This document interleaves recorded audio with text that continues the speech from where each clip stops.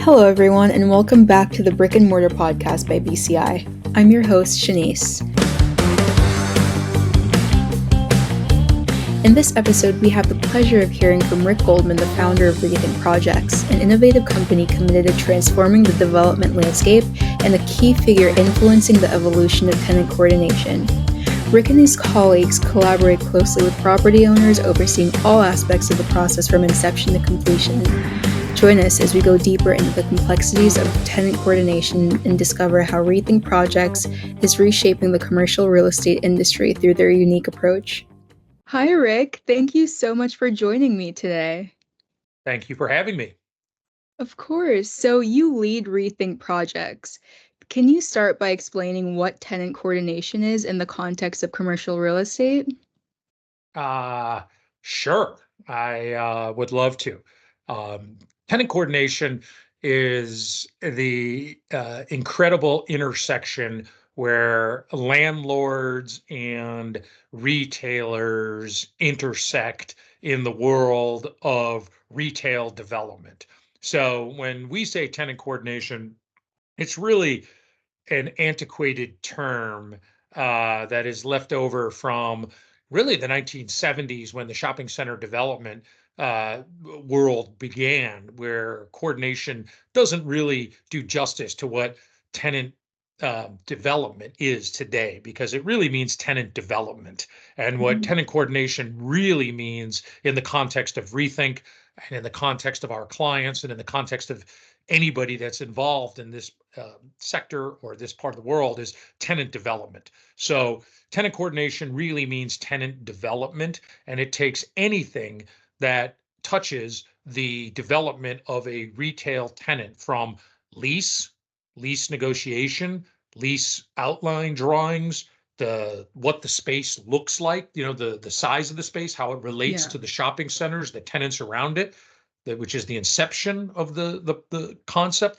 through the entitlement phase, through the approval of the drawings, the design, the construction, the interaction with the shopping center, now that they're generally all operating and open, through the final permitting and approvals of any municipality in which they're working, grand opening, stocking, loading the store, and open. So it's everything. I mean, it's really an incredible life cycle in which tenant development touches absolutely every single aspect of the development process. So those of us that are in the business are always kind of like, we can't seem to shirk the name tenant coordination, although it is really, we call it development. It's really retail development at its core, and it involves the intersection of landlords and tenants and how they need to work together symbiotically to succeed. Right. So there have been some negatives and differing opinions in your industry regarding this process. What do you think contributes to that negative perception? Do you think it's the outdated methodologies, like you mentioned, the antiquated phrase? Oh, that's a great question, Shanice. Great question. Yes, yes, yes, yes. And that's actually the reason I actually got into the business, was because of the negative kind of connotation or feeling or what it is. And so it's deeply rooted in the kind of old antiquated feeling in where the shopping center business was, and the last vestiges of that. And unfortunately, some of them still exist today. So let's go back to the beginning so we understand a little bit of how that came about. And for those listening, depending on what side you are, if you're a landlord, if you're a tenant, I'm sure you will relate to either side of this. But the negativity comes from a very simple mistake, misnomer, I think fundamental problem in the concept is that there needed to be a winner or a loser in the leasing and in the process. And we don't believe that at REthink. And our clients don't believe that. And I don't think anybody listening to this that believes this is doing themselves a favor. In the tenant and landlord relationship, and whether it's retail or anybody in CRE, there really shouldn't be a winner or a loser. That's the beautiful thing about real estate, is that everybody should win. And Mhm. if somebody loses, generally everybody loses. And Yeah. and let me expand on that if I can, because in a couple of simple examples, okay? If you're the landlord and you sign an egregious lease, okay, in which the rental structure is so high, or the space is so bad in terms of its visibility or where it is that the tenant cannot survive, and you know it. So you have all sorts of, every landlord knows they have varying degrees of space, right, in terms of its quality and its value to the market. And if you give a tenant a rental structure that doesn't support the lease and what they can do, and they fail ultimately, so you feel good for the 30 seconds in which you've signed the lease, that you think, oh my God, I won. I got rid of some subpar space and I did something, but you didn't really win, because you went through all this rigmarole. You wasted all this energy. You did something. You set a tenant up and the tenant failed. And now you got a bigger problem on your Mhm. hands. Okay. And the tenant, on the same note, feels exactly the same way. If the tenant, quote unquote, wins, that they get some sort of unbelievable deal that they thought they couldn't do or do something, they generally have a problem that down the road that doesn't ultimately serve them. And this is where the problem, where you're talking your negative, is that landlord desire to enforce their will in a way that doesn't technically support their tenants. He starts way back at the beginning of the industry, and some of those vestiges are left over. So, for you tenants listening out there, your negative feeling, oh God, the tenant coordinator is here to enforce the deputy, right? Here comes the deputy, and he's going to force his rules on me, and he's going to constrict my creativity, and he's going to keep me in a box, and he's not going to let me express who I am as a tenant. Okay. Some of these rules back in the early days of the shopping center business had a value because the tenants weren't as developed from a design aspect, so the landlords were out in front of them. That is shifted. Tenants are extremely creative today, and tenants have an identity, and tenants have a brand and a concept and ideas that need to be celebrated and expressed and make the shopping centers more interested. So when someone goes to see a anthropology store or something and they look so wonderful and exciting, that's part of the shopping experience today. And you will find that good tenant development and coordination encourages and celebrates this. It doesn't restrict and put them into the say, you need to limit that. So you are seeing the industry trying its best to move towards creating that freedom and expression for the tenants, but it has to be done in an environment in which landlord and tenant are working together to make sure that both of their objectives and goals are aligned, which they are, whether they know it or not.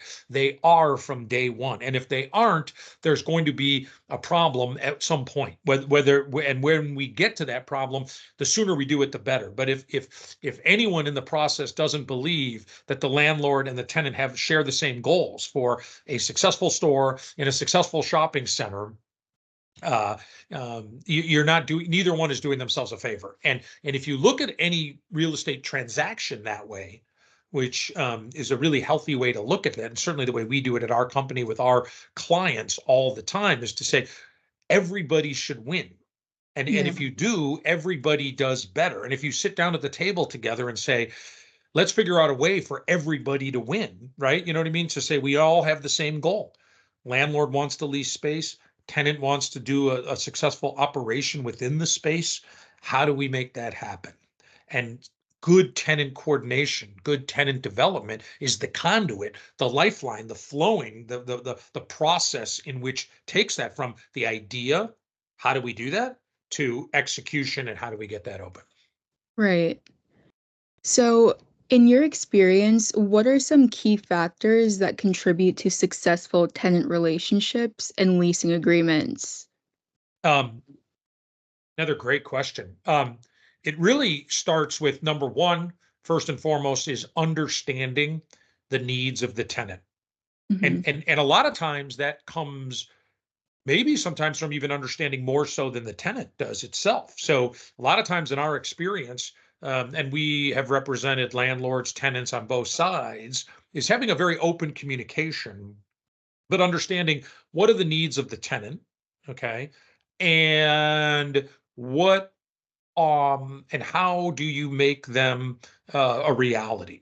So if you are a tenant that needs a lot, let's say quiet, let's say you are a spa services, some of these, med spa kind of things that are very prevalent in shopping centers today, okay, or Mhm. doing something. For instance, you need quiet because your treatment rooms and facilities and people in them don't want to hear a personal training facility next to them thumping and rocking and rolling, right? So Right. in understanding the nuances of this are something sometimes the tenants don't even know to ask for. How do we insulate and isolate our space from a sound perspective, not just a real estate perspective? That needs to go in a lease. That needs to be part of what's understood and doing things. So understanding all the nuances of a deal at the beginning and having an open dialogue and saying, let's get them all on the table. How do we make that work? Whereas if you're a restaurant, how do you get rid of all your garbage and things is really important to the landlord, because they don't want you moving all that stuff across their shopping center in the middle of the day when they're trying to do business and it's stinky and it's dirty and it has a problem. So they need a place to hold it and move it. So everybody sometimes has different perspectives, right? And again, the theme here of working together and realizing that we all have the same goal here. The answer, I believe, to your question is sitting at the table on day one and saying what's important to both of us, right? Yeah. They're generally the same thing, but identifying them, leasing and listing them, and making sure that you've covered them all, and just putting them on the table. Don't try to be coy, right? Don't try to say, well, I hope, they walking out of the meeting, boy, they didn't ask for, da, da, da, da, da, and they probably should have. We have always found it's much better to simply say, you know, you need sound wall here, and Mhm. let's put it in. And if there's a tenant allowance situation because that wall's more expensive for the landlord to demise their space, to create the box for a spa than it is a restaurant. Let's just talk about it right now in the economics. See, so getting them out in front immediately on day one is important. Number one. Number two is once they're out, putting them into the lease, right? And I would say Right. the second thing is time. Time kills all deals, right? So I would say that for, again, all of our listeners today on any side of this, and I don't know, I'm sure everyone's had an experience on this, but once we get these things identified, they don't generally take that long to, and especially those, most people have done this before and they know what they're doing and they know their own brand. So let's get them on now early and quick. Let's keep the process moving, both sides, because time just drawing it out doesn't help anything. So we like to see the process moving at a very good clip to say, let's bring it to its end one way or another quickly. If we're going to go to what we call the go no go stage in any real estate, any commercial real estate deal, not this is not just a retail process. This is for any CRE process, is to say, let's keep the process moving. Don't let the grass grow under your feet as you're waiting or delaying or playing a game. Get them out, identify, and then move to getting a lease executed sooner than later. Because the sooner you get open, a day of lost rent is a day you never get back. So the Yeah. sooner a tenant gets open is that the sooner you get to do business and the sooner a landlord can charge rent. Everybody wins again, right? So there's no reason ever to delay the process. So keeping it moving fast, get to lease execution, listening, moving quickly through the communication process, because getting it to closure always makes everybody better. I think that's how you navigate those pitfalls, because then they all become presented sooner. They get executed quicker, that you figure out which ones are going to work, which ones aren't, and then you move forward or you don't. Yeah. This reminds me, tenant coordination reminds me of like a roommate situation because you have to have similar interests and just like the whole trash situation, like deciding who's going to take out the trash. I can't believe it's an afterthought. So it should be more at the forefront. Well, thank you. Yeah, it really, it kind of amazes me. I mean, I've been in the business for a long time, as you as anyone that's watching can see. You know what I mean? I've lost a lot of hair over this, but it's also it's a beautiful line of work, because it's creative, it's interesting, it brings all the aspects together, it's fast moving, the cycles are quick, and it does touch everything. And I think everybody's happier being in a situation where you realize everyone wins, right? Where you Yeah. really want everyone to win, and you realize that ultimately it's all necessary, right? So it's all necessary, and the end result is, generally in is that customers are ultimately happier, no matter where they are, whether they're retailers, whether they're customers at a retail center, whether they're office users, or whether they're doing something.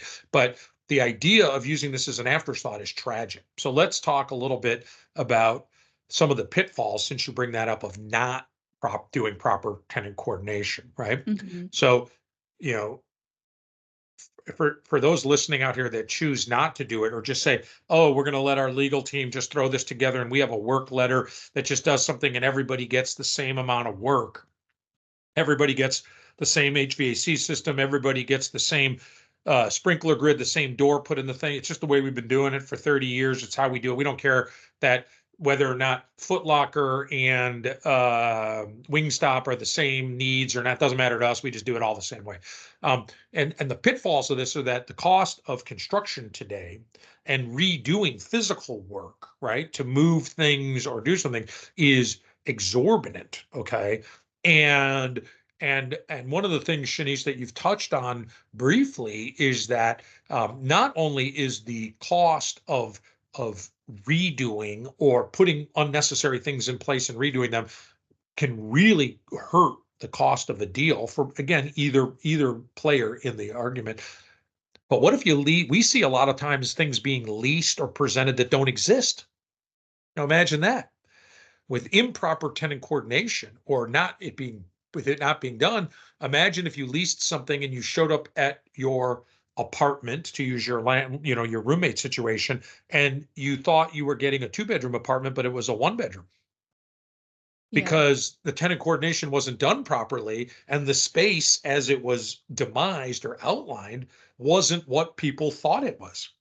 And that might sound crazy to some of these listeners, but it happens. It happens more than people would think, because things are happening on a national, sometimes international level, right? Where centers are being consolidated, where there are many, many owners that are regional, that have different filing systems and paper and a lot of hands touching it and people online. In the old days, where that fail safe to say one person's looked at it and said, wait a second, there's actually a loading dock, because in 15 years ago, the center was changed and nobody updated a particular file and did something. So it can be dramatic, the damage that can occur without proper tenant coordination, or the devaluation of a center. Think about this. What we've seen things where, without proper tenant coordination, uh, a leased space can make the remaining part of a shopping center inaccessible, because the only way to code get to the space, you have to put a corridor or something into a space. And what that does is make the remaining 10,000 feet of a east end of a shopping center inaccessible in the future. And so it looks good in a micro, or a kind of level, to see that one space, and the deal gets done and you're obligated to deliver it. But nobody looked at the rest of the project and said, holy smokes, we got a problem now, because now we can't lease the rest of the project because of how we've obligated ourselves to deliver one space. So the risk of not doing this process is tremendous. I mean, it can really damage the value of the center, as well as just for one deal. So we've seen a lot. And it can really touch everything. Yeah. How can tenants or retailers proactively engage with owners or developers to contribute to a smoother tenant coordination process? Well, that comes from on the tenant side, of them having a pretty good team on their side. And it really depends. I mean, certainly an openness and willingness to work with the landlord is an easy way to do it, but having their architect and their development team having a open and fully transparent communication with the landlord and the landlord's representative, which in theory would be a tenant coordinator, or a tenant development person, or whoever their representative would be, or whatever their name is the beginning part of that process that happens exactly as we talked about back at the lease. It has to happen at the lease. So the best way tenants can protect themselves and do this is by having their development people involved in the lease portion of the deal. So a lot of times, one of the pitfalls we see is the tenant will go through the lease space and say, we don't need an architect and a contractor and the development team just yet because we're in the lease. But what the reality is, and to answer your question, which was an excellent one, is if they bring those people on their side into the table initially during the leasing stage, they have a much better understanding of what the space is that they actually need. Sometimes it's smaller, sometimes it's bigger, sometimes it doesn't need the things that they think they need. And their design team gives them a very good understanding of what their requirements are, which can affect the lease. And so that can be something as uh, simple as power requirements. So sometimes a tenant may think they need 400 amps, but they only need 200 amps. And if the center only has 200 amps to give, and the landlord says, well, I'll bring 400, but that's going to cost you $100,000, but you don't need it. It's much better to know that during the lease and at the beginning than go down and say, I got 400 amps. And 2 months later, you realize, well, I didn't need it actually. So early on development interaction from the tenant really makes the process smooth and more meaningful with the landlord because they get much more specific knowledge about their specific space in that project. So that's a great way for tenants to gain really valuable knowledge that pays tremendous dividends in the long run. Nice. Can you share any notable success stories where strong tenant coordination led to significant benefits for both the tenants and the overall development project? Yes. I mean, of course I can. We've been in this business for 35 years. There's a lot. I don't want to be braggadocious and take all the reader's time, but I'll share one. I'll share one success, and then I'd like to share one where it went wrong because I think that we were brought in later to I think it's more meaningful. The success that comes to mind is a recent restaurant project in a suburban Philadelphia lifestyle shopping center in which the landlord had leased to a restaurant, and I think it was the fourth restaurant to go into the space. So the space was problematic, right? They had trouble having restaurants succeed within the space. And we had looked at the space and realized that there was visibility issue between overgrown trees, landscaping, and the way the traffic pattern had connected with the center. So I had actually worked with the restaurateur directly to encourage them to paint the entire side of the shopping center black, which you don't see a lot of black shopping centers, right? I don't. And that's their colors. Their theme was black and white. Was the restaurant black and white awnings, black and white everything. Just so we understand context, it wasn't that crazy. That was their color, and um, and so it really popped, and someone could see it, right? Because they have a very striking identity and a striking brand. And they said, sure, if you can get it approved, we could do it. Now, this is a really interesting idea of tenant coordination doing good, right? Is that the plans were approved. Typical shopping center, you got to work within the taupe and the basic brown colors of a shopping center. We went above and beyond and encouraged the tenant to paint the entire corner, the big area black with these white things. And I said, sure. So I went to the owner and I said, listen, before you say no, just look at these images, look at something, kind of made a presentation. I said, you failed 4 times. If you don't like it, we can always paint it back, right? It was paint, right? Let's give it a try, give it 6 months, see what happens. Turns out it's wildly successful, okay? And not only do they paint it black, but they paint a gorgeous mural. After it goes black, they get a muralist to paint a mural within it. And what happens is the other restaurants within the center look at this restaurant and they're all doing fine and say, hey, you know what? I think I'm going to go green I think I'm going to go red. I think I'm going to do something else. And the whole center takes on this like village concept now, which lives to date. This was a while ago. Okay. And the whole center took on a new identity, and the restaurant did fabulously. Okay. And so that's just a great example of how good tenant coordination, a great team effort. The landlord was open-minded. The tenant took a little bit of a risk at their own, and we all worked together, and we created this whole new food concept with the village kind of thing that just transformed the center overall. So yeah, there's a great example of how it really can work, when you do it right. And there's many of those out there. Yeah, I will leave this question with one which is I hopefully makes the audience smile. Is we were also brought into a project once where a leasing team had leased, this was a two-story center, where a leasing team had leased an orthodontist's office above a Chipotle. And for those listeners out here, Chipotle, most people have been to one, has an open ceiling and was open for business and doing something. And everybody that's been to an orthodontist knows how many holes and what have you and things that go on in the thing. And so there was all kinds of things that had to happen. So uh, that's a perfect example where good tenant coordination in advance would have been uh, uh, uh, tremendously beneficial.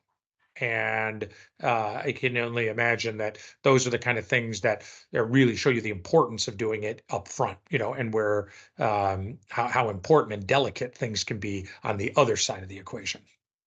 That's a great answer, Rick. Thank you so much for your time today. How can people learn more about Rethink Projects? Well, they can contact us at rethinkprojects.com, and they can visit our website anytime. We are available, or we work around the country. We would love to connect with any of the viewers and work on any projects that you have. We seem to like the hard projects, so but we'll take an easy one if anyone's got one.